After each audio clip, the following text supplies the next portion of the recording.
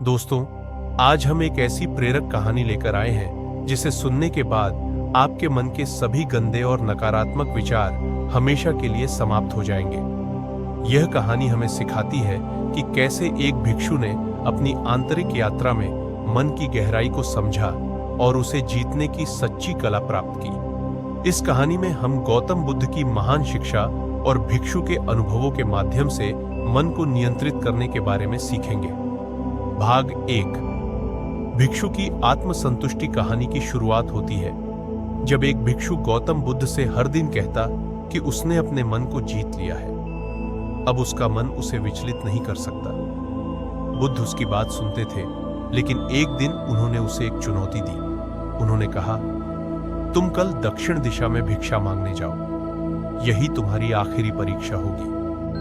भिक्षु ने बुद्ध की बात मानी और अगले दिन भिक्षा मांगने निकल पड़ा। लेकिन उस दिन के बाद भिक्षु पूरी तरह से टूट गया।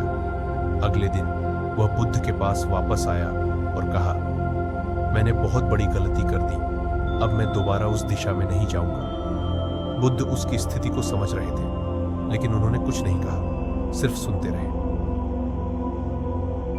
भाग 2। राजकुमार का भिक्षु बनने का सफर।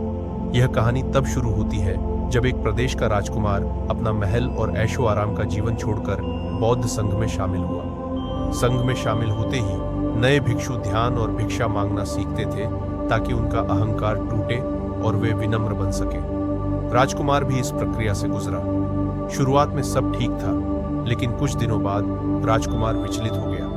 उसने भिक्षा मांगने से मना कर दिया क्योंकि एक घटना ने उसे अंदर से हिला दिया था। भाग 3। भिक्षा मांगने की चुनौती। भिक्षा मांगने का नियम था कि भिक्षु केवल 2 घरों में भिक्षा मांग सकते थे। अगर भिक्षा नहीं मिली तो उन्हें बिना खाए लौटना पड़ता। एक दिन राजकुमार भिक्षु नगर में भिक्षा मांगने गया, लेकिन उसे भिक्षा नहीं मिली। हालांकि उसके मन में शांति बनी रही। वह बुद्ध के पास लौटा और कहा, आज मुझे भिक्षा नहीं मिली, लेकिन मेरा मन पूरी तरह शांत है।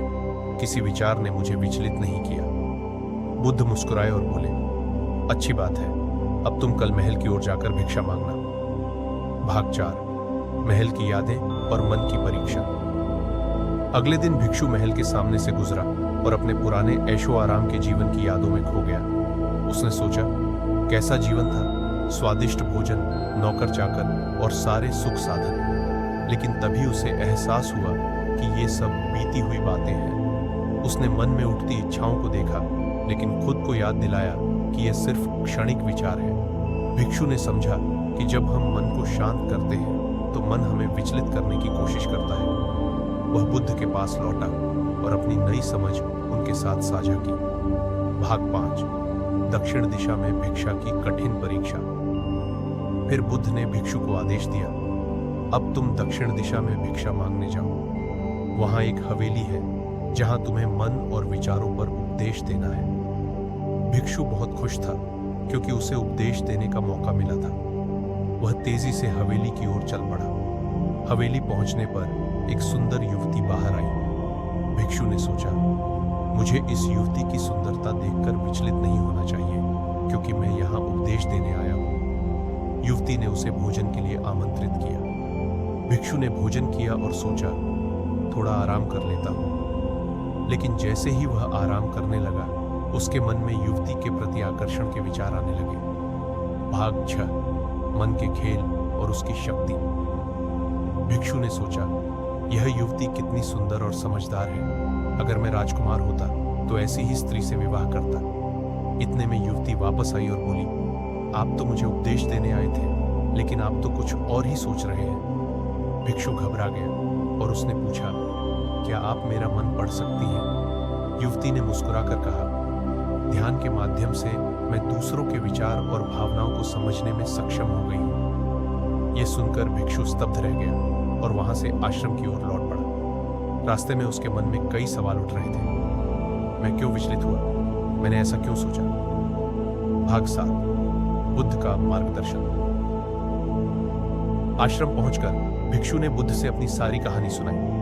बुद्ध ने शांत स्वर में कहा, पहले बैठो और आराम करो। जो हुआ उसे बढ़ा चढ़ाकर मत सोचो। यह मत मानो कि सब खत्म हो गया है। ध्यान दो कि तुम नकारात्मक विचारों को ज्यादा महत्व तो नहीं दे रहे हो। बुद्ध ने समझाया कि विचार कैसे उत्पन्न होते हैं। जब बाहर कोई घटना होती है तो हमारे अंतर्मन में प्रतिक्रिया होती है, जिससे हमारे शरीर में भावना उत्पन्न होती है। यह भावना जब हमारे सचेत मन में आती है तो वह विचार के रूप में प्रकट होती है। भाग 8, मन को शांत करने का मार्ग। भिक्षु ने पूछा, तो फिर मन को शांत कैसे किया जाए? बुद्ध ने उत्तर दिया, हर विचार के साथ एक भावना होती है।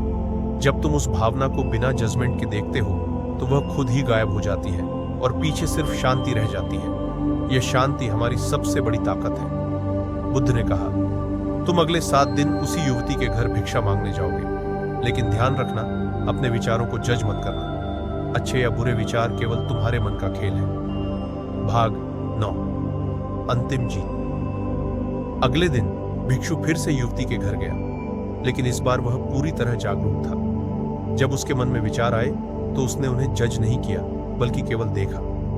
धीरे धीरे उसका मन शांत हो गया। 7 दिन बाद वह पूरी तरह से शांति में था।